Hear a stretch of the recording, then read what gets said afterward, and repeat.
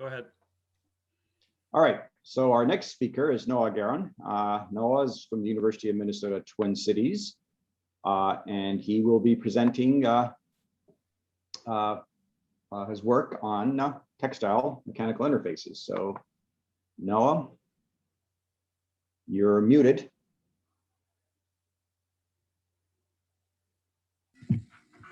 Hi, everyone. So yeah, I will be presenting on the textile and mechanical interface that I developed this past summer as part of my internship. So I am a senior in the apparel design program at the University of Minnesota, and I focus most of my energy on wearable technology. So I was actually able to work on a NASA challenge the previous year, the previous semester, working on something actually pretty similar to what Crystal was doing. And then as part of my graduation, working on my senior collection, doing more fashion related elements of wearable technology as well. So the challenge that I was working on while I was interning with NASA was developing this connection for the textile antenna on the back of the spacesuit. So as you can see on the top right image, the textile antenna is the purple, and that is connected to the hard components.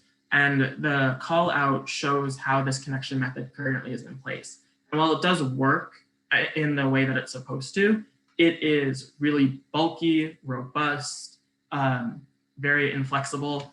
And so there's a lot of room for improvement in making it a more low profile device. And then keeping in mind that it still has to be able to perform its function. It still has to receive information and receive power. And then the kind of dichotomy of the project is that on the one hand, I was working on this very specific connection on the antenna, but on the other hand, this is a very broad issue of how do you make a rigid to soft electronic connection? And that has application across the board with wearable technology. So I wanted to keep in mind things like flexibility, size, and placement while I was developing this technique. And so the project really was in its infancy when I started. So I was working predominantly in the ideation and prototyping stages. And the goal was to create a robust rigid to soft connection method for textile antennas. Right now, common rigid to rigid hard electronic methods don't really work when you apply them to soft materials. As you can see in the top two left images, when you try and solder onto a piece of fabric, it'll burn the fabric, and that makes the whole thing useless. But there are current connection methods. On the top right is a connection to a PCB. The bottom right is a connection to a coaxial cable, and the left is a connection to an RF connector.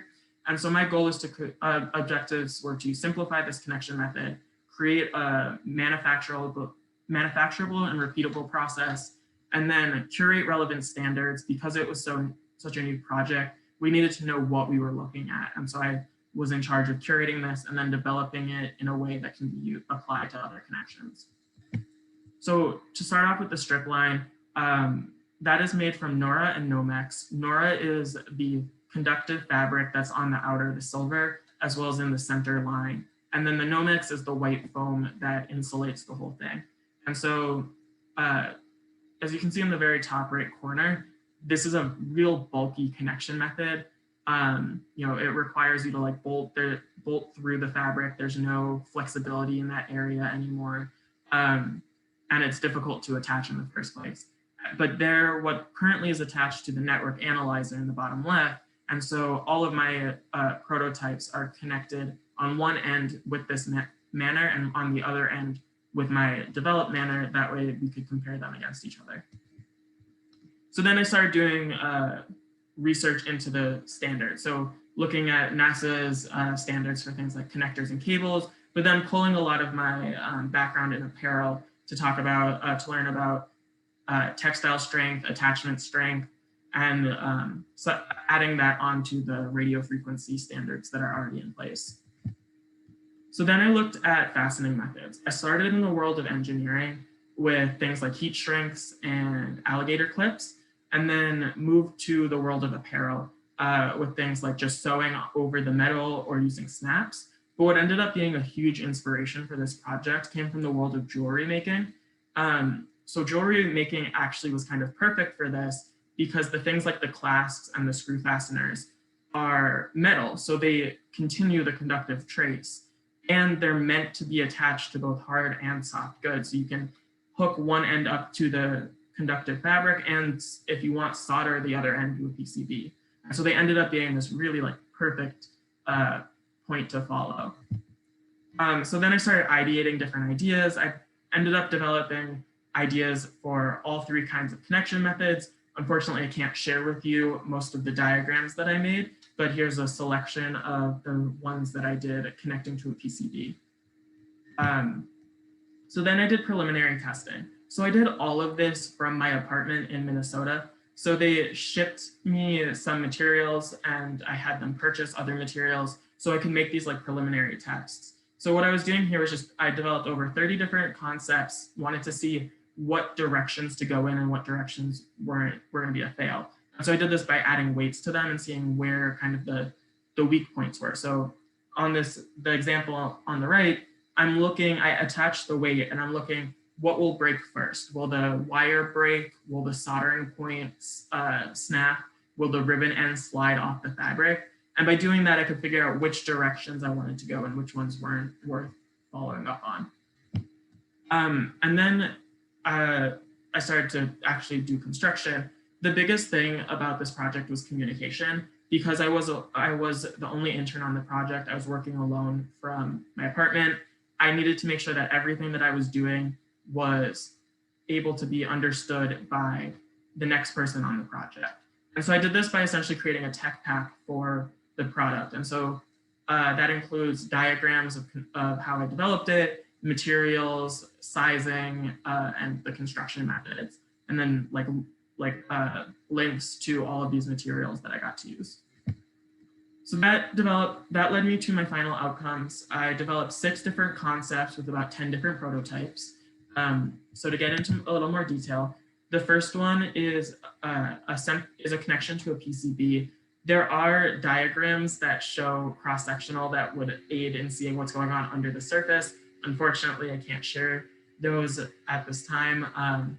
So to describe what's going on is there's a ribbon end, which is a jewelry item that is connecting connected to the center line, the conductive fabric in the center. That's wrapped around up into the PCB, which is their hand stitched secure, can be done with a machine. And what's nice about this is you can also attach components to it, or you can use it as a mounting piece. So if you essentially added a PCB across the top, if you wanted to secure this to the PLSS or to whatever, you could basically screw through the PCB board instead of trying to screw through fabric. So that was a nice benefit of this method. The next one is a connection to a coaxial cable. So this one's really low profile. It has a ribbon end on the inside using the same concept as the previous one. And then the outer ring of the coax cable has this ring on the bottom that I've stitched into place. And this adds, because the two methods are different, this adds a little bit of flexibility, which is a nice feature. Next, we have the full extension of the antenna. So what's great about this is that it requires no other materials. So instead of stitching them in attachment, like you can see I did here, you could have this all cut out of one piece, which allows for extra flexibility. It's cheaper, easier to produce. The way that it works is that the Nomex extends and continues to encapsulate the conductive material. They're wrapped around the acrylic. The clear piece is the sample PCB because I didn't have access to real PCBs. So it's wrapped around there to make a connection and then stitched across the top. The difference between the two that I've shown is on the left, it's much less likely to get a short because they're more spread out, but on the right, it's much thinner and can go for a longer distance. Next is an extension that is similar, but it uses stainless steel fabric, which is much more secure and strong and flexible. The only real issue is that these lines are exposed, so they're both conductive. So if you were to like pinch them together, that would short the system. Or if you were to like have it on your elbow and you were to close your arm, that could also potentially short the system. So next we have the screw fasteners.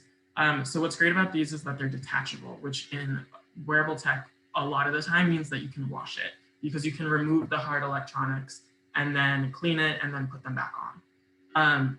So on the left, this method, the PCB is sewn into the strip line, and then the fasteners are mounted to that. Whereas on the one on the right, I used an extension again of the strip line material and then soldered the other end of the fasteners onto PCBs. So next we have the double crimp. So this uses two sets of rings, one on the inside, one on the out. This one's really easy to produce. It's reusable. So if you were to like seam rip the threads off, you would still have a fully functioning coax cable, whereas in the other ones you wouldn't necessarily have. And then it's very low profile. You could hide this entire system inside the fabric and all you would see is the little cable. So then I returned back to my standards, looking at mechanical standards like pull force and flexibility, electronic standards like impedance and loss, moving into the tangential standards like testing conditions and flammability and material choice. And then in the future, how does it affect movement and how does movement affect the strip line? Which is, the next iteration once these are put on the body. So then I created what's essentially a little nutrition fact for each of my products in a way to compare them. So it starts off with classification and then goes into dimensions like size and weight. Then I did conductivity tests, and this was one of my limitations while doing it from my apartment. I couldn't do any of the radio frequency or mechanical tests below because I didn't have access to the materials or to the testing machines. So what I did was I tested each line to make sure that there was no shorting, that the two lines stayed separate and that there was no breaks. And so this was a way to make sure that I had at least preliminary testing of, I know that this method worked. Next is the findings. I did a comparison document. I focused on, I ranked them based off flexibility, wearability, strength, ease to make, and ease to reuse. The one on the right being really the only one that is made to reuse. Strength is obviously the most important element, but other important elements were like flexibility and ease to make. So then I was able to recommend my top 3 choices. So the first choice for the connection to the PCB was the full extension method. This is because it was required no other materials. It was really flexible, wearable, and you could have it go any way that you want. So it doesn't have to even be in this straight line. You could have the PCB anywhere on the machine and have the fabric just follow the lines of the machine. The next one is the double crimp connection to the coax. That's because it's usable or reusable, it's strong, and the stress is spread out. So the key here is that both rings are sewn in place. And so when you tug on it, the points of stress are, there's now 2 main points of stress that makes it less likely to snap. And then the honorable mention is the screw fastener method because it's detachable, it's easy to extend, and really good to be around the body. So the future of the product, after my internship, I shipped all of my prototypes back to NASA where they would be replicated. So all of my documentation goes into the fact that they're going to replicate them in order to conduct full testing of radio frequencies and mechanical testing. From there, the ideas will be narrowed down and applied to the current project. And then the goal being that ultimately the connection method can then be expanded into any other wearable tech project around the body for NASA or externally. So the final deliverables were the 6 concepts and about 10 physical prototypes, plus the diagrams and the comparison of them. I also kept very strict records of my documentation process, including multiple pages of ideation, construction information. And then I also developed alternatives. So these are ones that I couldn't necessarily make in my apartment. So for example, the RF connectors is a really promising concept, but I can't machine a metal component in my living room. So I presented other ideas, diagrams that they can use if they want. And then the organized list of standards, the ones that I curated with pointing out which ones I think are the most important for actual testing. I was able to offer that the NASA purchases a new machine in order to conduct this testing. So proving the reason behind that. And so a little bit about it, I didn't actually, about my experience, I didn't actually know anything about radio frequencies coming into this. So just the concept of like the crash course learning element, trying to figure out, this entire concept while I was in a different state. Also looking at standards, I had very limited experience with that. So that was a great opportunity.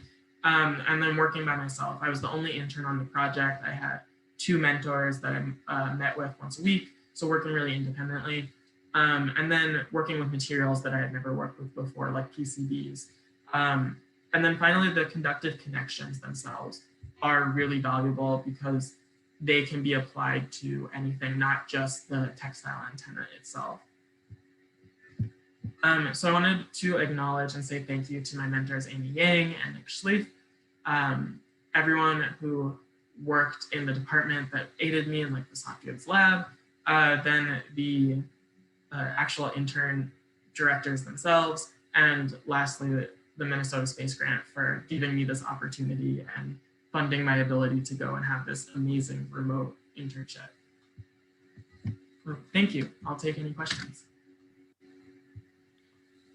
Great, thanks. I think Dennis might have had to step away, but so I'll just get the questions started. Do you have a sense for what this would have been like or how it could have been different had you been at Johnson? For instance, you said, putting this in my living room. Could you have done that at Johnson or maybe not even there? If I had been in person, the main thing is that I would have been able to test the prototypes themselves. So they would have been completed to the next level of like, this is a testable prototype, which the ones that I developed are more of blueprints for them to be recreated in person. Things like RF machining, I still probably couldn't do at in person, but I would have had more access to the people that could have done that for me. But the main difference is that I wasn't able to test things in the way that I had expected or that needed to be done for the next stage. And so I basically handed off all of my prototypes pre-testing and said, I'm done with this internship, please test them, let me know what happens, kind of thing. Do you have a sense for what the mentors thought? Did they think that the things you had explored were valuable and may well have legs going forward? Yeah, I will say everyone from my perception was really positive of this experience, like positive feedback of what I had done. I remember one specific thing talking about the screw fasteners and the fact that they can be washable. And I told my mentor, hey, basically in wearable tech industry right now, if you make it detachable, that is the easiest way to make something washable. And then, watching her be able to go through that and apply that to the next round, saying that this is now like a focal point, this is something that's really important, that I wouldn't have been able to brought into the situation without my apparel background working in an engineering environment. Super. Does anybody have any quick questions for Noah? Yeah, I'm wondering, kind of like, do you know, are you going to be told if they like test your prototypes and decide to use them? Yeah, I'm waiting. I don't really know. My group was really nice, and so hopefully I'll be able to go and like visit and see the space once everything is over, and I'll get an update at that point. But for now, it's still in such an early stage that I don't know when I'll be getting an update. One more quick question, anybody? Okay, why don't we press on? Thank you very much. Thank you so much.